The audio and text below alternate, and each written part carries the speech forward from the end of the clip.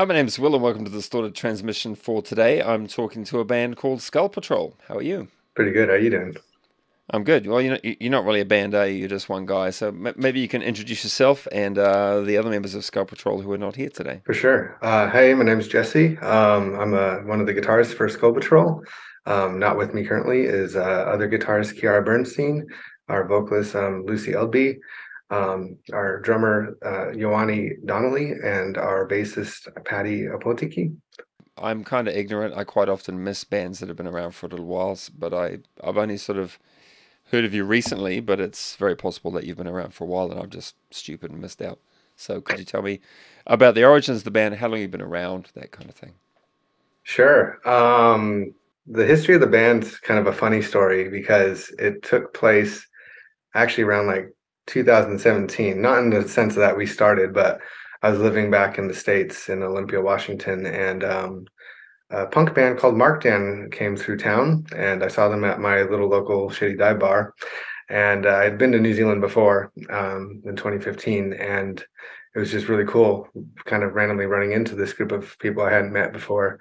And yeah, we hit it off. I was real stoked to see folks from New Zealand again because I'd been 2 years before that is when I came over, and it's just refreshing. And then I met up with people and became friends with Ioani and Mookie and a bunch of and Kiara as well from Markdown at the time. And then they said if I ever came to New Zealand, come hang out, play some music, and maybe they even give me a job. And so I did exactly those things.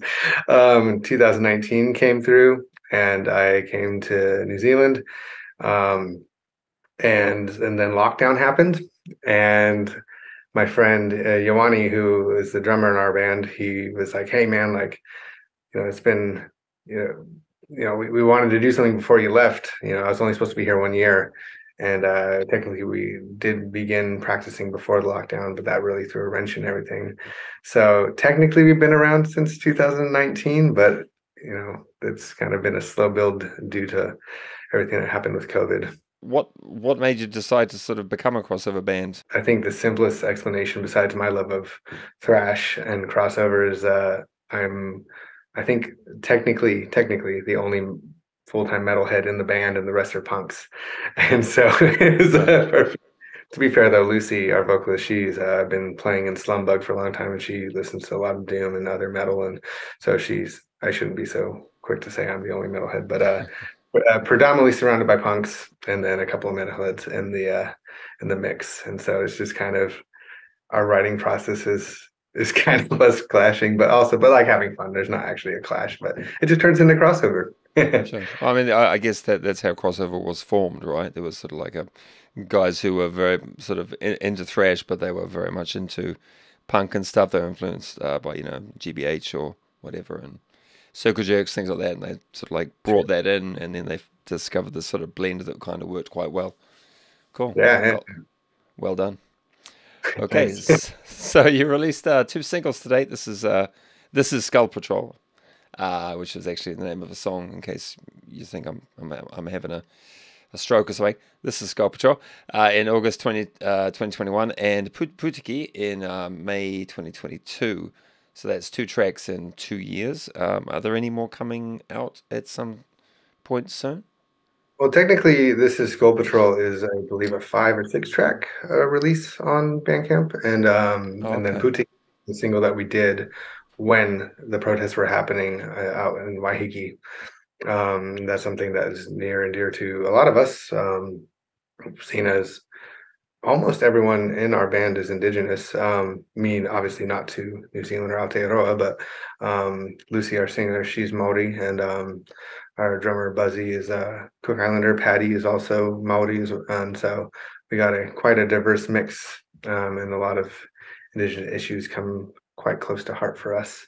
So Putiki we did as a single, and then yeah, this is Sculptural. Is I think 5 to 6 track release, I think. I apologize about that. I just looked it up. Yeah, this is Skull Patrol is an EP or like a mini album, and there are six tracks on there. So that was an oversight by me, just me being stupid as always.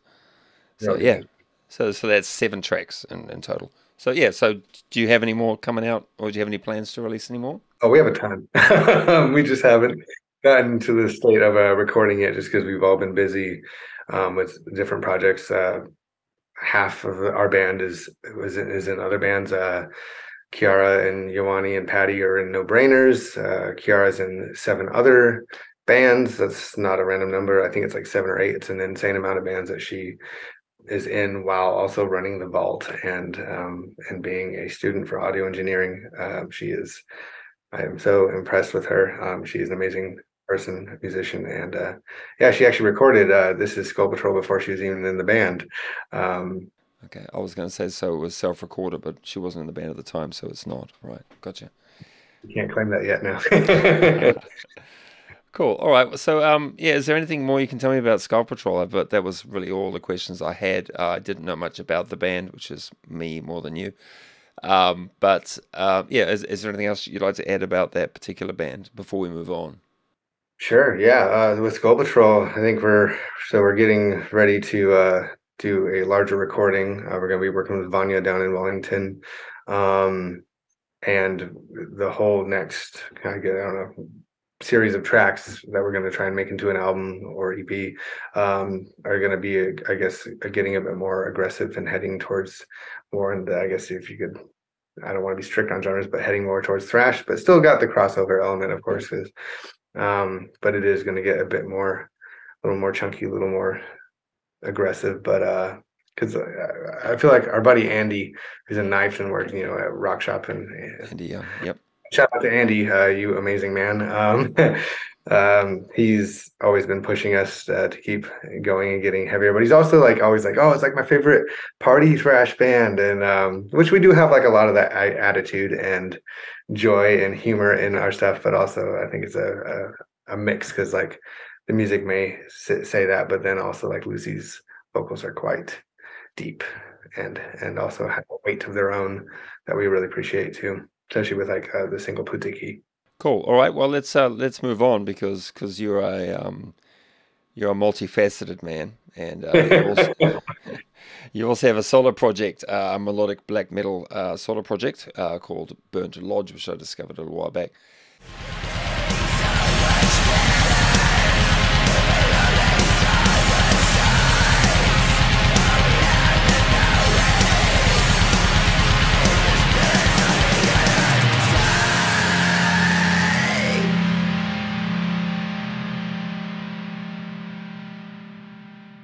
So tell me about that project and what sort of got you into writing a black metal project.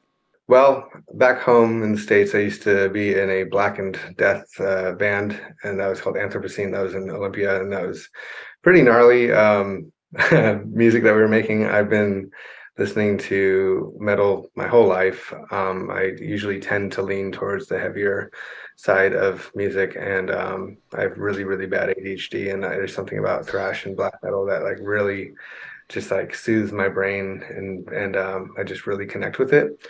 Um, yeah, so I've been playing with that band back home, and I have always wanted to do a solo black metal project. I love black metal. It's one of my favorite subgenres in metal, if you will. And it's just always been on my mind of wanting to do it. It is actually, it was last year when Black Braid, the Native American solo artist who released his album Black Braid 1, that really kicked me into gear of being like, you know what, I've been wanting to do this for a while. This other Native American fellow just released an awesome album. Like, I don't know what I'm waiting for. Well, why I don't know why I've been reserving my voice or like, putting it off. And so it really influenced me to do it because I was like, wow, he did that all independently. And his friend was the drummer and also recorded and mixed everything. So that also helped. But like the drive was there. And I don't know, the world's full of countless solo black metal projects that are done at home. And I was like, you know what, it's my time for me to do one. Time to shine. Yeah. All right, cool. So, will you be doing more with that? You released that thing late last year, so it's a bit early days for me to say you got more to release because it's only been a few months, of course. But do you have plans? Are you sort of envisaging in the future releasing more sort of albums under that moniker? Absolutely. This first album, uh, after just releasing it, it was a lot of work. I spent about 5 to 6 months, like every day after work, 5 to 6 hours after a full like 9, 10 hour day, just going hard on it. And so it was really isolating socially and everything, which I don't know, that I kind of played around with recording during our lockdowns. And so I think I just kind of got in the space of like, okay, this is what I got to do. And yeah, after doing that, that in itself was a whole concept album of topics that meant very near and dear to me.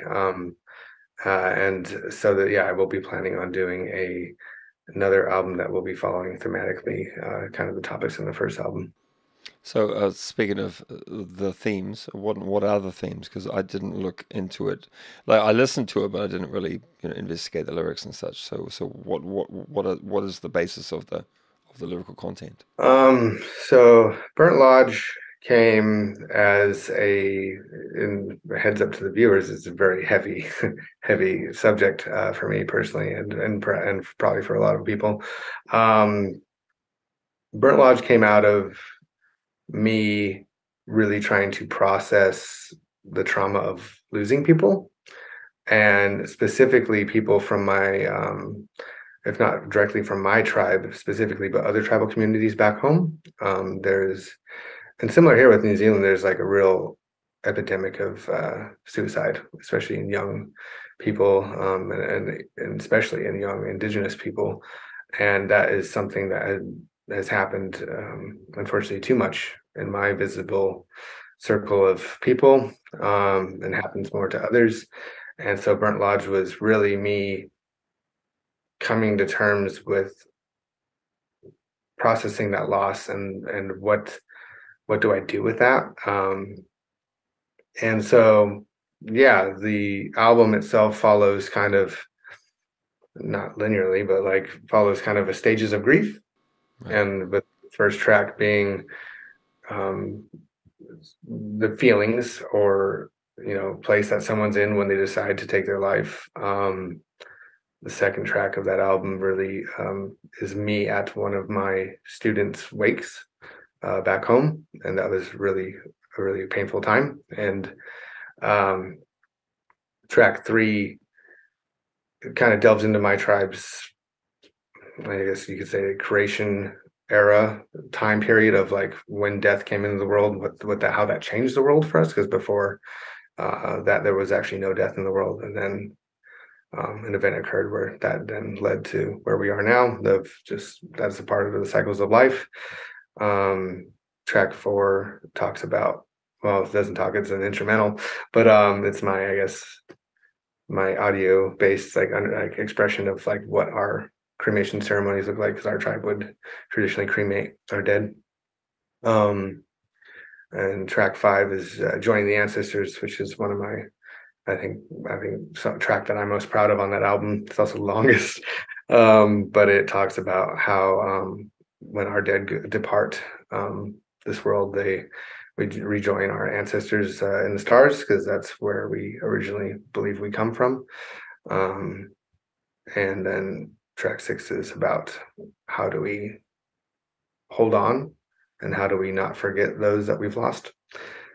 Before we pressed record, we sort of discussed, um, who you are and where you're from and your tribe and stuff. But I don't think anybody else was privy to that because that was before we actually started recording. So maybe you could just sort of tell us a little bit about your tribe and things like that, since it's relevant to this.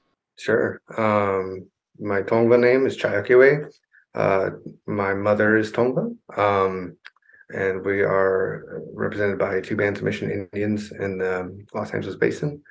Um, by bands, I should clarify this based on the missions, so San Gabriel and San Fernando missions. That's a legacy left by Spanish colonialism in California. So my mother's family comes from the San Fernando Valley, which is also known as also Tatabium. And so that's where my mother's people are from. My father's family come from Germany, but he's a few generations in the States. And that's also, I think, kind of a funny tie to my love of black metal, is that his family's from both Germany and Sweden, Yeah. and then this solo album, I think, embraces both parts of my family very well. And the fact that I'm talking about issues that face Native American communities, but also just really any communities that face that kind of loss, but also through the means of black metal, which is from where my father's family's from, especially in Sweden. I was going to ask you about that because, like, quite often black metal is sort of identified as a sort of European, should we say, white music, perhaps. It tends to be generally like European bands, German bands, or Norway, Sweden, that kind of thing. So I wasn't aware that many sort of indigenous people did black metal. So I guess it makes you a little bit unique. To a degree, I feel like more and more we're finding that there's like so many bands that have been doing this for a long time, and definitely for sure giving credit to Norway and their dues for the genre coming out of there. But I think what's real nice about it, if that could be, that's a hell of a statement. If there could be something so nice about black metal, is that I think it really draws and connects to either identities of like pagan roots in Europe, which then translates really well to indigenous people, other parts of the world. Nature worship cuts across all indigenous peoples there. You're ticking your boxes. Um, and yeah, no, there's actually, and what I really like about also with Black Braid is also he also gave credit to other native artists that have done black metal before. There's this awesome band called Gibao from BC, and their Shimshan is their tribe. And I believe that most of their lyrics were all in Shimshan, which was awesome. It was just real filthy black metal by a bunch of natives up in Canada. And they're awesome. And then also, I've recently befriended this fellow named Issa Tai. I may have butchered that, but he's Comanche and he's based in LA, but his people are from the plains, southern plains in the States. And he's been doing some pretty awesome black metal as well. And it's amazing actually how popular metal is in like Native America, how many Americans love black metal, especially for some reason Navajos and a lot of people in the Southwest. I have found that like black metal does quite often sort of resonate with some of the disenfranchised in our communities as well. I think like a lot of people who feel like they're sort of outsiders or ostracized or they have emotional issues or things like that. No, I mean I'm not talking about everybody, but certain people that does kind of For resonate sure. with black metal or metal in general. So maybe that's the key. Like there's that the prejudice against like a lot of American Indians and their sort of difficult time they've had throughout history. It's kind of ostracized them, and maybe some of them can identify with that kind of extreme music. Maybe. I think that's a big chunk of it for sure. I would agree with that. I'm glad you did agree with that. Otherwise, I would look like a bit of an asshole. All right. Well, I think we're just about out of time. It's been a pretty in-depth conversation. I really appreciate you taking the time out to have a chat because you are one of the more interesting people that I've spoken to. Don't get to speak to a lot of American Indians on the show. Oh, there's a couple in New Zealand. There's not a lot though, that's for sure. Maybe I'll interview them next week. Thanks for everything, and best of luck for not only Skull Patrol but your black metal project as well. I look forward to hearing more stuff from you, and perhaps yeah, when there's not flooding in Napier or something, and the death fests aren't cancelled, I might be able to meet you face to face, have a beer with you, and have a chat. That'd be cool. Great. Yeah. Cool. All right, man. Thank you for having me. Cool. All the best, and thanks for watching.